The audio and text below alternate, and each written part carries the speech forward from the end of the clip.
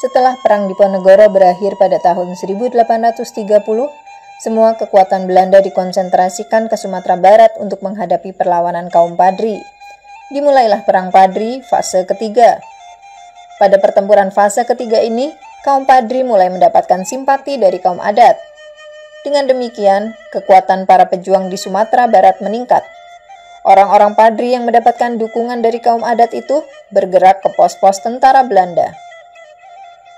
Kaum Padri dari Bukit Kamang berhasil memutuskan sarana komunikasi antara benteng Belanda di Tanjung Alam dan Bukit Tinggi.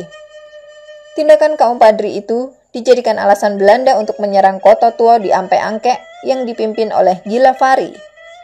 Belanda juga membangun benteng pertahanan dari Ampang Gadang sampai ke Biaro. Batang Gadis, sebuah nagari yang memiliki posisi sangat strategis yang terletak antara Tanjung Alam dan Batu Sangkar, juga diduduki. Pada tahun 1831, Gila Fari digantikan oleh Jacob Elot. Elot ini telah mendapatkan pesan dari Gubernur Jenderal Van den Bosch agar melaksanakan serangan besar-besaran terhadap kaum Padri. Elot segera mengerahkan pasukannya untuk menguasai beberapa nagari seperti Manggung dan Naras, termasuk daerah Batipuh. Setelah menguasai Batipuh, serangan Belanda ditujukan ke benteng Marapalam. Benteng ini merupakan kunci untuk dapat menguasai Lintau. Karena bantuan dua orang Padri yang berkhianat dengan menunjukkan jalan menuju benteng kepada Belanda, maka pada Agustus 1831, Belanda dapat menguasai benteng Marapalam tersebut.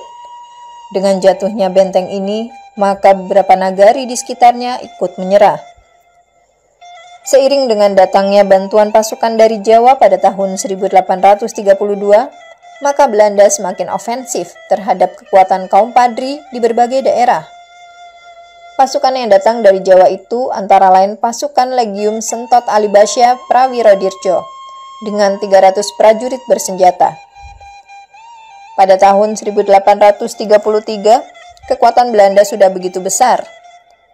Dengan kekuatan yang berlipat ganda, Belanda melakukan penyerangan terhadap pos-pos pertahanan kaum Padri di Manuhampu, Kamang, Guguk Sigandang, Tanjung Alam, Sungai Puar, Candung, dan beberapa nagari di Agam. Pada waktu penyerbuan Kamang, pasukan Belanda dapat perlawanan sengit. Bahkan 100 orang pasukan Belanda, termasuk perwira, terbunuh. Baru hari berikutnya, dengan mengerahkan kekuatannya, Belanda dapat menguasai Kamang. Dalam serangkaian pertempuran itu, banyak kaum Padri telah menjadi korban, termasuk tokoh Tuanku Nan Cerdik dapat ditangkap. Sebagai upaya gencatan senjata, pemerintah kolonial Belanda mengeluarkan plakat panjang. Plakat panjang adalah pernyataan atau janji hikmat yang isinya tidak akan ada lagi peperangan antara Belanda dan kaum Padri. Setelah pengumuman plakat panjang ini, kemudian Belanda mulai menawarkan perdamaian kepada para pemimpin Padri. Dengan kebijakan baru itu, beberapa tokoh Padri dikontak oleh Belanda dalam rangka mencapai perdamaian. Beberapa tokoh memenuhi ajakan Belanda untuk berdamai.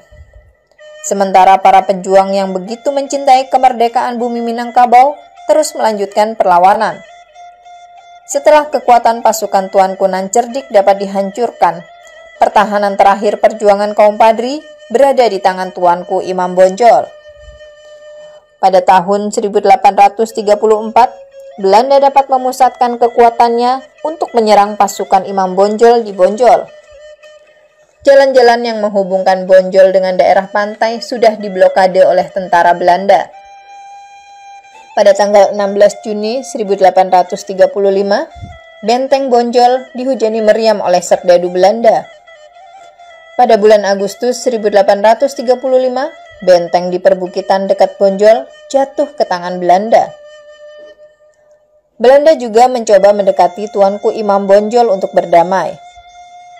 Imam Bonjol mau berdamai, tetapi dengan beberapa persyaratan.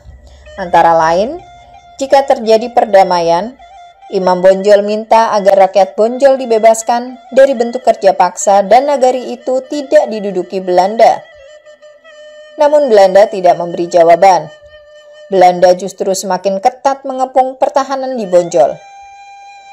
Pengepungan ini dipimpin oleh Residen Padang, yaitu Emmanuel Francis. Sampai tahun 1836, Benteng Bonjol tetap dapat dipertahankan oleh pasukan Padri. Akan tetapi, satu persatu pemimpin Padri dapat ditangkap. Hal ini jelas dapat memperlemah pertahanan pasukan Padri. Namun di bawah komando Imam Bonjol, mereka terus berjuang untuk mempertahankan setiap jengkal tanah Minangkabau. Pada tanggal 16 Agustus 1837, Benteng Bonjol berhasil dikepung dari 4 penjuru dan berhasil dilumpuhkan.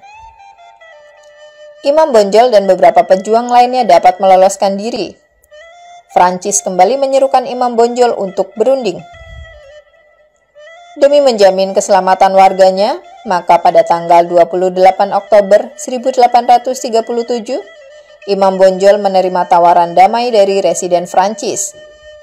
Ternyata ajakan berunding itu hanya tipu muslihat, karena pada saat datang di tempat perundingan, Imam Bonjol langsung ditangkap. Beberapa pengikutnya memang ada yang berhasil meloloskan diri dan melanjutkan perang gerilya di hutan-hutan Minangkabau. Imam Bonjol kemudian dibawa ke Batavia. Akhirnya, Tuanku Imam Bonjol dibuang ke Cianjur, Jawa Barat. Pada tanggal 19 Januari 1839, ia dipindahkan ke Ambon.